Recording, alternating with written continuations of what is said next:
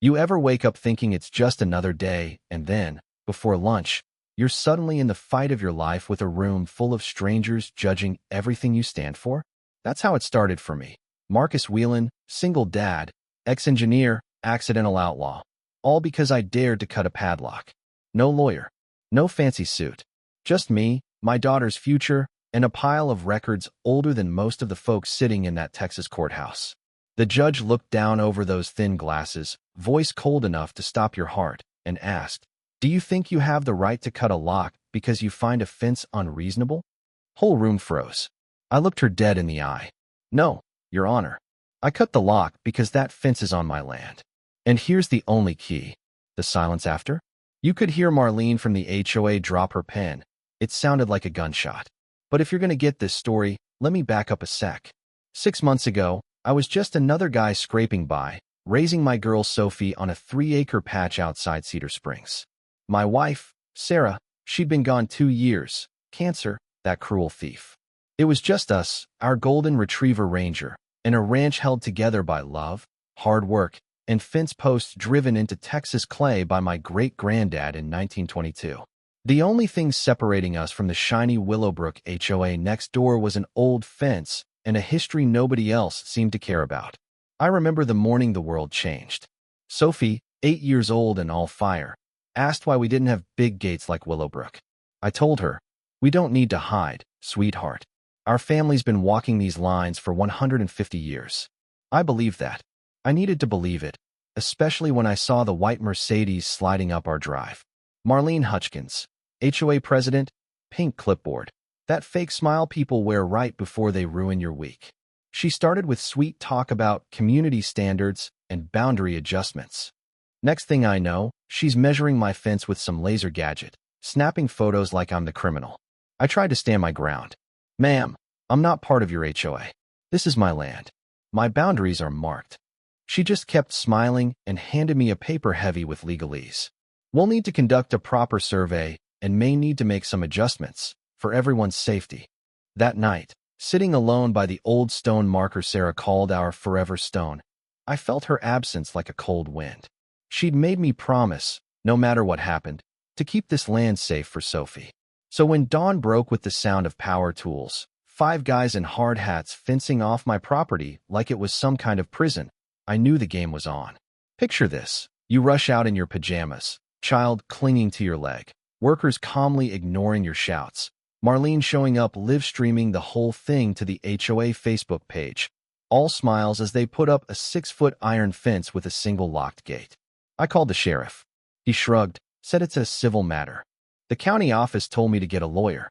By sundown, I was trapped in my own home, Marlene standing there with a key and a $50 a day access fee if I wanted to take my kid to school.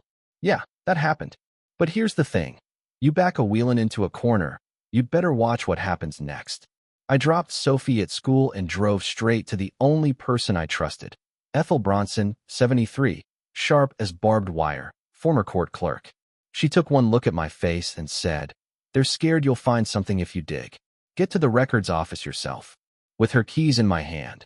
She didn't want me using my truck. I hit the courthouse, digging through records with the help of a young clerk named David Sanders.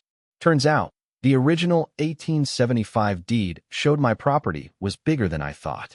Marlene's fancy survey had redrawn boundaries, cut off my access road, and conveniently made my family's markers disappear. I realized her fence and her lock sat right on land I actually owned, confirmed by dusty files she hoped I'd never see. You know what I mean? Suddenly, it hit me. I didn't need to break out. I could buy my way out. I called Gary, an old friend who worked real estate. "I need to buy a strip of county land, 20 by 20 feet, today." He thought I'd lost my mind. But that odd scrap of land, left over from a road project, was right where Marlene's gate now stood. By sunset, I had a deed in my hand, exclusive rights to the ground beneath her gate, and a plan that would flip her world upside down. The next afternoon, I called Marlene. "I'm standing on my property, Marlene, the one I bought today." Her voice cracked for the first time since we met. "What do you mean your property?" "I own the land under your gate. I control access. That's the law." I walked up to the gate with my new deed, a cordless saw, and my daughter watching from the porch. Marlene tried to stop me, claimed I was destroying HOA property. But when I showed the sheriff my deed, he sided with me. The lock came off, the fence stayed, but I was free. And so was Sophie, running with Ranger across our yard like we'd won the lottery. But Marlene, she wasn't done. She fired up a social media storm, painted me as a dangerous radical, blocking community safety. TV vans camped out by the gate, reporters asking if I was trying to hurt children and old folks by denying emergency access. Sophie got bullied at school, her friends calling me a criminal. I almost gave up, until Ethel showed up with a casserole and an idea. "You need backup," she said. "There's a retired judge in Millbrook, Bill Morrison. Let's see what he knows." Bill, bless that man, opened up a whole new world for me. Turns out Marlene wasn't just a nosy neighbor. She was in cahoots with Pinnacle Development, trying to force folks off their land for a shopping center deal. She'd pulled the same tricks on others: rushed surveys, bogus legal threats, and a media blitz to scare folks into surrender. "Marcus," Bill said, "you've exposed the scam. You can settle, or you can fight and set a precedent." I remembered Sarah's promise, looked at Sophie's crayon drawing of our blue house, and said, "Let's fight." Court day came. The place was packed, HOA folks glaring at me, curious neighbors whispering. Marlene had a high-priced lawyer who painted me as a menace.